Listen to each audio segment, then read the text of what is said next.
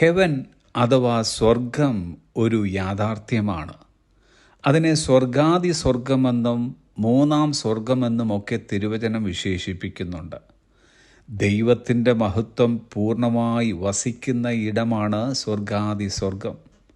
നമ്മുടെ ഓരോരുത്തരുടെയും ക്രിസ്തീയ യാത്ര ചെന്നവസാനിക്കുന്ന ഒരിടം, മഹത്വകരമായ ഭാവി പ്രത്യാശയായി നാം കരുതുന്ന ഇടം, കഷ്ടതയും ദുഃഖവും കണ്ണുനീരുമില്ലാത്ത ഇടം. ഇതൊരു യാഥാർത്ഥ്യമായിരിക്കുമ്പോൾ തന്നെ പിശാചിനും ദൈവത്തെ അനുസരിക്കാത്തവർക്കുമായി ഒരുക്കിയിരിക്കുന്ന ഒരിടമത്രേ നരകം. അതും ഒരു യാഥാർത്ഥ്യമാണ്. തീയും ഗന്ധകവും കത്തുന്ന തീപ്പൊയ്ക എന്ന തിരുവചനം ആ സ്ഥലത്തെ വിശേഷിപ്പിക്കുന്നു. ജീവപുസ്തകത്തിൽ പേരെഴുതി കാണാത്ത ഏവനെയും ഒടുക്കത്തെ നാളിൽ തള്ളിയിടുന്ന ഇടമത്രേ നരകം. സ്വർഗാദി സ്വർഗവും നരകവും കൃത്യമായി എവിടെ സ്ഥിതി ചെയ്യുന്നുവെന്ന് നമുക്കാർക്കും അറിയുകയില്ല. ആയതുപോലെ സ്വർഗത്തിനും നരകത്തിനും ഇടയ്ക്ക് എത്ര ദൂരത്തെ വ്യത്യാസമുണ്ട് എന്നും നമുക്കറിയില്ല. എന്നാൽ ഒരു മനുഷ്യൻ്റെ നിത്യരക്ഷയോടുള്ള ബന്ധത്തിൽ ഈ ദൂരം നമുക്കളക്കുവാൻ കഴിയും. The distance between heaven and hell is 12 to 14 inches. സ്വർഗത്തിനും നരകത്തിനുമിടയിലുള്ള ദൂരം 12 മുതൽ 14 ഇഞ്ച് വരെയാണ്.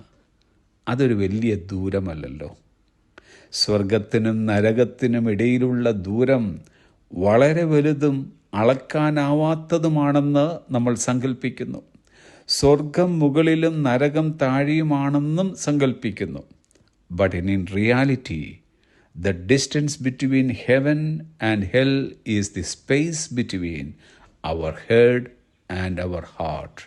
യഥാർത്ഥത്തിൽ സ്വർഗത്തിനും നരകത്തിനും ഇടയിലുള്ള ദൂരം നമ്മുടെ തലയ്ക്കും ഹൃദയത്തിനും ഇടയിലുള്ള ഇടമാണ്.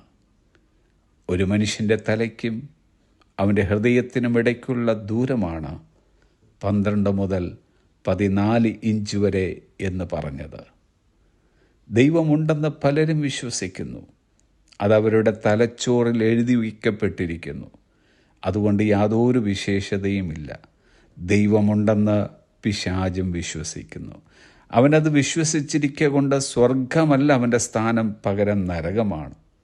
എന്നാൽ ഒരുവൻ യേശുവിനെ കർത്താവെന്ന് വായുകൊണ്ട് ഏറ്റുപറയുകയും ദൈവം അവനെ മരിച്ചവരിൽ നിന്ന് ഉയർത്തെഴുന്നേൽപ്പിച്ചു എന്ന് ഹൃദയം കൊണ്ട് വിശ്വസിക്കുകയും ചെയ്യുമ്പോൾ അവൻ രക്ഷിക്കപ്പെടുന്നു.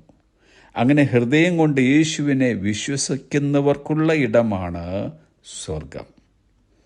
ഇന്നാരെങ്കിലും യേശുവിനെ രക്ഷകനും കർത്താവുമായി ഹൃദയം കൊണ്ട് അംഗീകരിക്കുകയും വിശ്വസിക്കുകയും വായുകൊണ്ട് ഏറ്റുപറയുകയും ചെയ്യുമ്പോൾ താങ്കളുടെ പേര് ജീവപുസ്തകത്തിൽ എഴുതപ്പെടുകയും സ്വർഗത്തിലേക്ക് പ്രവേശിക്കുവാനുള്ള യോഗ്യത ലഭിക്കുകയും ചെയ്യുന്നു. സ്വർഗാദി സ്വർഗം താങ്കൾക്കായി കാത്തിരിക്കുന്നു. Have A blessed day.